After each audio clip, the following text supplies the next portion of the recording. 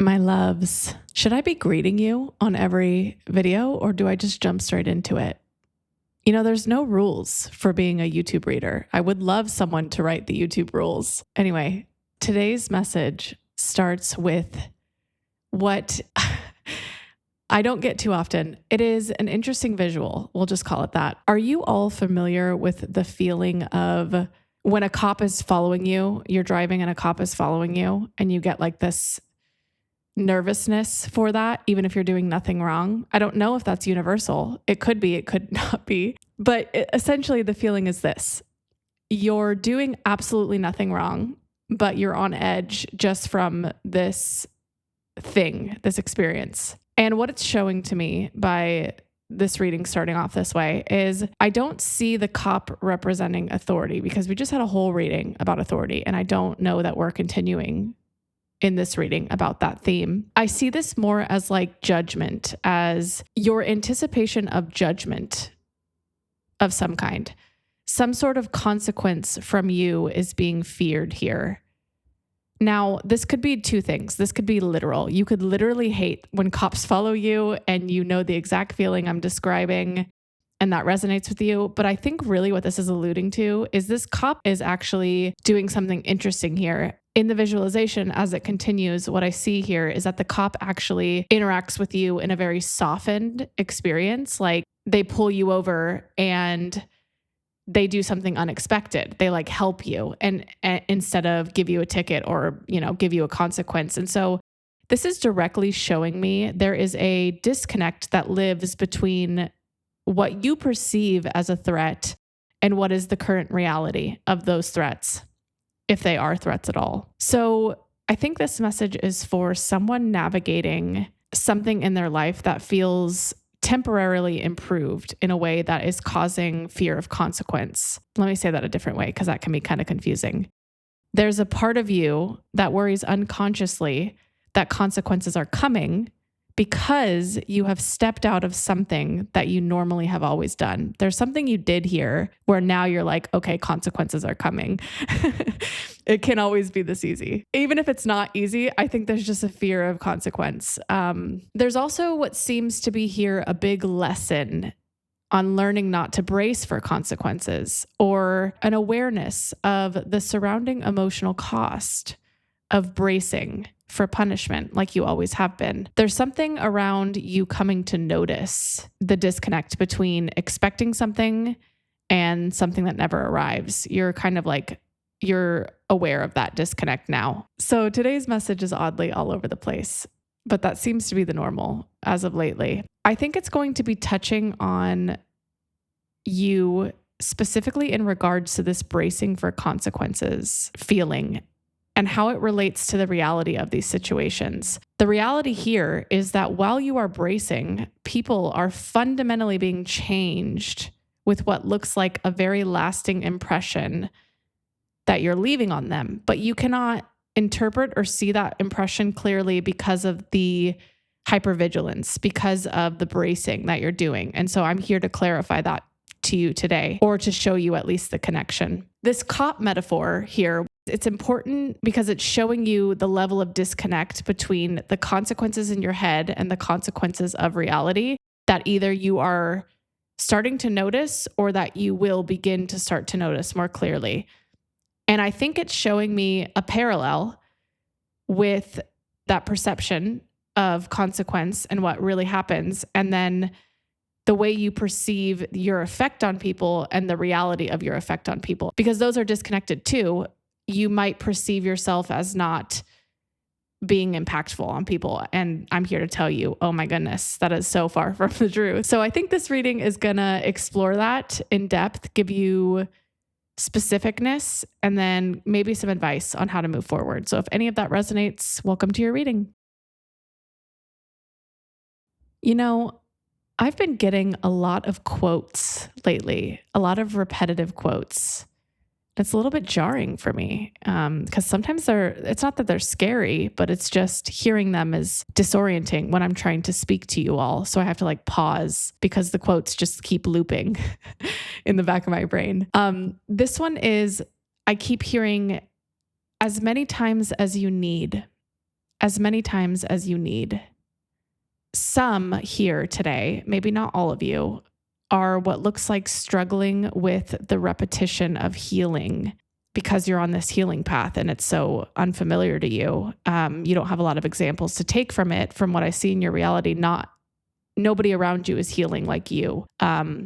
So this means you could feel like you don't want to keep revisiting things that you keep having to revisit. Some similar examples could be like maybe you've worked on your weight or getting your weight down, your health on track, or some skills for a job. You've made progress on something, but then there's a natural dip that takes you back to your starting point. Like you keep revisiting where you were, whether that be regaining the weight, whether that be getting off the horse. There's some sort of friction going back. This healing process of going backwards is causing what looks like a struggle with you. Like you don't want to keep revisiting. You're maybe feeling discouraged. I'm not really sure what the feeling here is. It's unclear. Maybe you're just annoyed with the healing journey like you understand you have to go back, but it's still annoying. So, I mean, I'm going to probably write more about this in the description, but I think what this is just saying is, as many times as you need, take as many times as you need going back.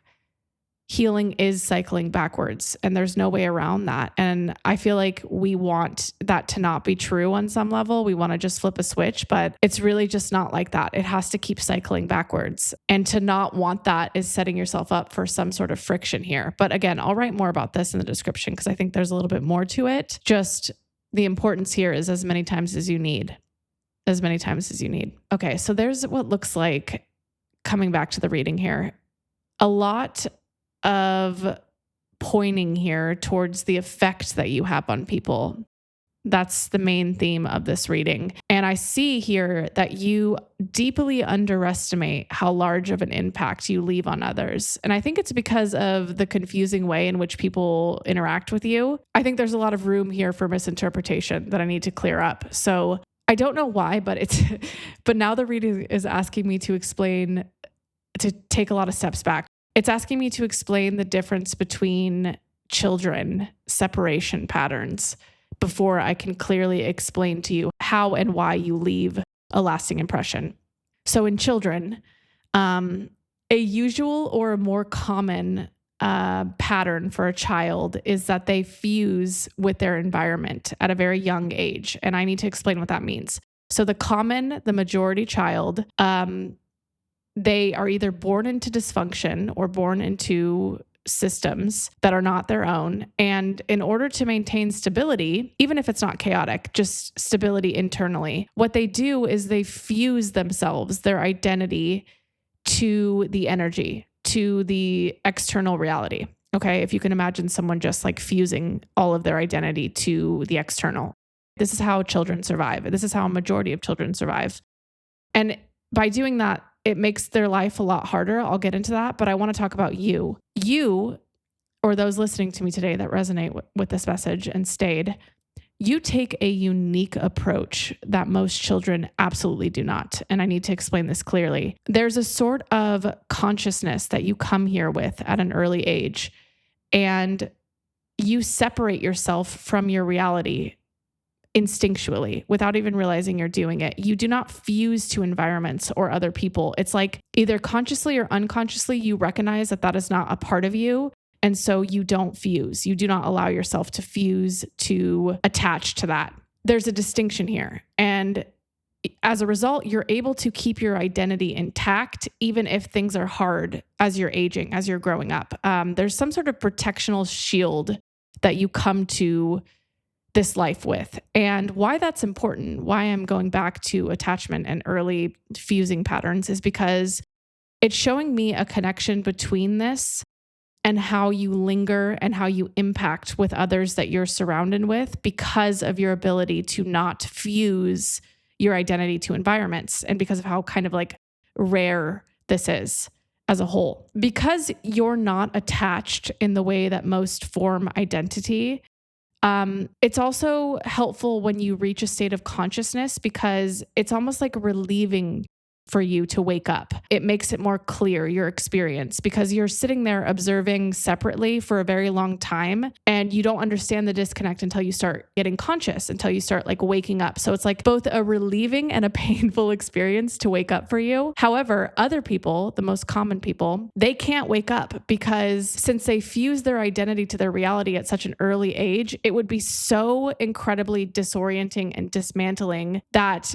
anything that creates that friction to wake up, they avoid or they cannot fully accept or hold, if that makes sense. So while you feel like it's, oh my God, this is relieving, a lot of people don't feel that way, okay? And this is sort of what people say when they mean someone is deeply asleep and they cannot wake up. It is because they have fused so deeply early on in life that their identity is tied on an energy level. They are one with the external. They cannot distinguish themselves past that, where you have had this very rare protection of your identity versus your reality. You never fully fused. There was something protecting you there, either instinctually or unconsciously. So these other people, the majority, they cannot wake up. They cannot get consciousness. They cannot observe things like you do from the outside perspective because they're so intertwined with it. Okay, so why am I going on this tangent about your ability to not fuse? Because it means two things. The first thing here is that you have the ability to step back and observe, and you have your whole life, which has given you this like sort of energy. Even if you don't consciously do anything, it is this observational energy that you show other people without doing anything. And this observational energy does not exist in other people, and if it does, it is very rare. It is very uncommon. People can sense this because they're not observing. They're very closely fused to their reality, unlike you. And so I think in the next part, it's going to talk about how this observation energy affects people just by existing. You don't need to necessarily do anything. You don't have to give your observations to people. It is just an energy that lingers in this space and the effect that it causes on both them and yourself long term. Because it's so uncommon to find someone who is not fused on this level, it is you just precisely existing that is enough to do something very powerful. So in this next section, it's going to go in depth with like what lingers for other people and why it's important for you to understand that for your own experience. So first off, there are what looks like a lot of people, a lot of connections that are lingering in your energy. And I feel like I've talked to this collective before, and I've told you this in the past. So this may not surprise some of you, but for some of you, it might feel weird. I'm seeing here. There is no shape or definition to these people either. This could be like anyone and everyone. Some you may clearly think of, and some you may not even, you'd be like, wow, really? It could be bosses.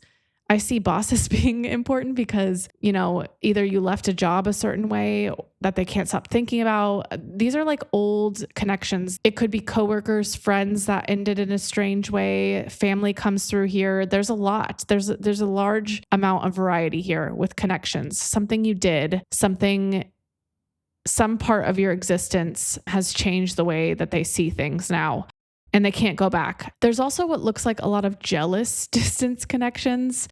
These are people that never formed anything deep with you. They existed on the outside, just feeling your energy, feeling this observational energy that disturbed them. They could wish a lot of ill will on you. And I think this is going to come up later, like why these reactions happen to you so frequently, these out of place, weird, jarring reactions from people. And so in terms of romantic connections, I kind of see there being either a few or a rare amount that are in what looks like some sort of reflection, some sort of integration based on what you showed them through your existence or through this observational energy. So it's clear here with all of these, no shape and size to any distinguishable one. There's just a lot here. There's a pattern with you.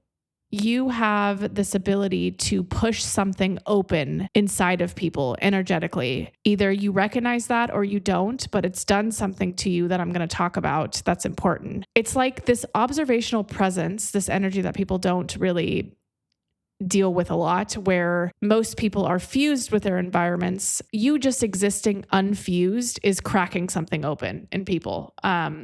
Just by being you, just by living, just by breathing. The problem is, though, is most people, and here's where we're running into struggles that you might have or might continue to have, is that most people cannot view or perceive you correctly when you're in front of them because of this presence that you carry, because you're not fused with your external, okay? You have to, what looks like, remove yourself in order to be seen correctly, in order to be seen in the correct way. And I think that's because the weight that these people who are fused to their reality have to hold to experience you is too heavy while they experience you. It's only in hindsight that these people, that these connections can begin to see you clearly, because your presence kind of requires them to acknowledge the fact that they are indeed fused with their environment on an identity level, and that it's wrong. Or that it's hurting them in some way. So you don't have to do anything. I hope I made this clear. You're not like telling them, oh my God, you're fused, your identity. It's just your presence is so embodied. It has such magnetic energy that these people feel that you've done something different. And just by sensing that, they're acknowledging that they are not doing something different as a result. I hope that that makes sense. It's like seeing you so clearly is like, wow, this person is like so different that it makes them question why they're not. And that's why a lot of people here might just have these ridiculous reactions to you, jealousy, dislike, anger. It's because you carry this energy force to look at the fact of why they are deeply unconscious of being fused on an identity level. It forces that. It forces that reality to them. Even if words don't say anything, even if they're not conscious of why they're having this reaction. It disturbs people who live in this reality because their reality has to exist in the sense where they had to do this to survive. And the mere fact that you are surviving without doing it disturbs them, okay? Most people will notice you have a weird effect on them, and they might hate you for it immediately, but some might be very deeply attracted to you because they like this weird effect. And I'm seeing that be kind of like the extreme reaction to your presence. You might notice it's kind of like people love or hate you. There's no like neutrality here. And I see that romance in this regard, the reason they're so fueled is because you were kind of meant to shake them loose in some way, or at least begin that process. So I think the reason we're talking so deeply about this like effect that you have on others, like you're like, why does it matter? It's because I think Spirit wants to talk about what this dramatic force, like this thing that you do to other people, has done to you over time, has done to your perspective, has done to your reality. Because it's not always about other people. Like, yes, we know that you're shaking people up. We know that you're disrupting, but what is that doing to you? What does that mean for you? It kind of, what looks like, has put you in this hypervigilant state. Back to that cop metaphor at the beginning, is like you are constantly scanning for consequence. You are aware that your impact on reality is not necessarily neutral. And so what that's done to you over time is made you prepare for not neutral responses from your reality, from more extreme responses. That could be good or bad, but I do see it kind of coming forward in bad preparation, just so you're prepared. And so kind of like being this disruptive force has put you in this perpetual state of monitoring consequences now. You're recognizing the cost of always anticipating danger or judgment from your reality. And I really think it's because this like jarring response that you get from people, how you've always gotten something not neutral. You've always kind of shaken people loose in good and bad ways. It's like if you walk into a room and most people hate you immediately or have this strong reaction to you just because you're not fused on an identity level, you kind of become familiar with extreme reactions, extreme consequences. You're kind of like scanning for that now. And so it seems like this pattern, this observational skill that you have, that you've built by not fusing to your reality, has now created what looks like you starting to apply that pattern to this part of your life, as if because people have extreme reactions to me, extreme things will keep finding me. In other words, your presence is so strong, it is impacting now how conditioned you are to start looking for consequences as a result. Sorry, I kind of ended that a little bit abruptly, but if anything, I'm very raw here. I guess I just kind of go where the energy tells me to go, and I should probably be more delicate and care about how I'm perceived. But sometimes it's just that when the energy tells me to go somewhere, I feel like I need to pause for a second before I conclude meeting to you. I don't want to give you a word salad. So while I was putting these threads together in that little break I took, a strange connection came up about your location right now. And it kind of confused me because I was like, what do you mean? We're talking about identity. And there is what looks like a past, present, and future connection tied to location right now, meaning you could have already changed your location. You might be in the process of thinking to do so. You might be doing so upcoming. You could be like, no, none of that sounds relevant, but it seems like it is. And it's important I bring this up to you because there might be a connection between anticipating consequences and moving locations. They're closely tied here in some regard. Either you move and you feel consequences more strongly, or the weight of consequences coming at you, or it's before you're doing the move. You feel the weight of consequences. And so it's stopping you from doing it in the first place. Something here is connected. Consequences, moving, or locations. And so this one is definitely very detailed because it also involves astrocartography and some direction with that. So I will be putting that more in the description for you if that is something that you resonate highly with at this time, or you feel like you might coming up. I guess today's message is doing a lot of things at once. It is telling you that there is a deep connection between anticipating consequences, or like scanning for them, and your very rare presence and the impact you have on others. This uniqueness in how you formed consciousness is what has given you both intense magnetism and like this raw power, but it also comes with a price. You can't just have everything. And so now you are working on this hypervigilant space where it's a relief to you on some level to grow consciousness, even though it's like a struggle and pain and hard, because before you were just kind of like stuck in observation that didn't make sense and it like tormented you. But now you're kind of like dealing with this hypervigilance that is coming with ascension, especially as you gain more consciousness upcoming. I kind of see more and more people will have extreme reactions and be more uncomfortable with your presence because you're ascending. Okay. So this thing you have, this observational energy will only continue to grow and only continue to cause more and more volatile reactions from people you encounter. There's a lot here. It's basically saying there is a reason for your hypervigilance. You were put here with intense magnetism and separateness.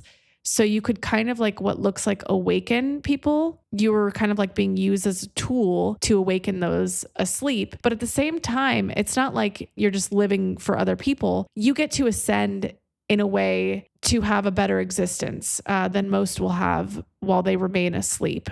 Even if it does come with struggle for you, you get to kind of like live in this higher existence. But at the same time, ascension doesn't come without struggle. There is a clear struggle right now for you unlearning that consequences are not just going to find you at every turn, just because you feel them, just because you expect them. So the example with like the cop that turned out to like not punish you and help you and be kind, that's kind of a metaphor for how you feel things and what actually turns out and what actually happens for you, because you're not just going to be punished all the time. In fact, I kind of see it being the opposite, is like good blessing things happening to you, ease, especially upcoming. So I guess this extreme reaction that has followed you at all points of your life, like where people react to you, has made you think you're maybe just like unlucky and intensity will follow you at every turn. But really what's happening is because your presence is so rare, when people see it, it deeply impacts the things that they keep asleep inside in themselves. But that doesn't mean that it carries forward into your experience. That doesn't mean that the cop is going to give you a ticket. So remembering that your experience will be pretty easy, or at least for the very majority of this experience will be neutral. It's just fighting this natural way in which your brain, your pattern seeking brain, wants to apply this pattern of foresight and protection by trying to protect you to prepare for these consequences that never come. And so I really think this message is to ground you in more neutrality moving forward. You just have a very strong pattern seeking type of brain that is trying to protect you, but ultimately things will end up very effortless or neutral. They won't always just be volatile, like what you've experienced in connections that perceive you. The reason connections perceive you that way is because your energy is a lot more magnetic and potent than most. And I think that that's a beautiful thing. It's not a thing that means you're destined for chaos. Ending these readings is so awkward now without salt talks. Like, I don't know what the segue. I've had the same issue at the beginning too. How do I start and end readings? I should probably look at other readers, like what they actually say. I'm pretty sure they don't even overthink it. They're just like, bye. But I love you guys so much. And bye is not enough. But cheers, friends.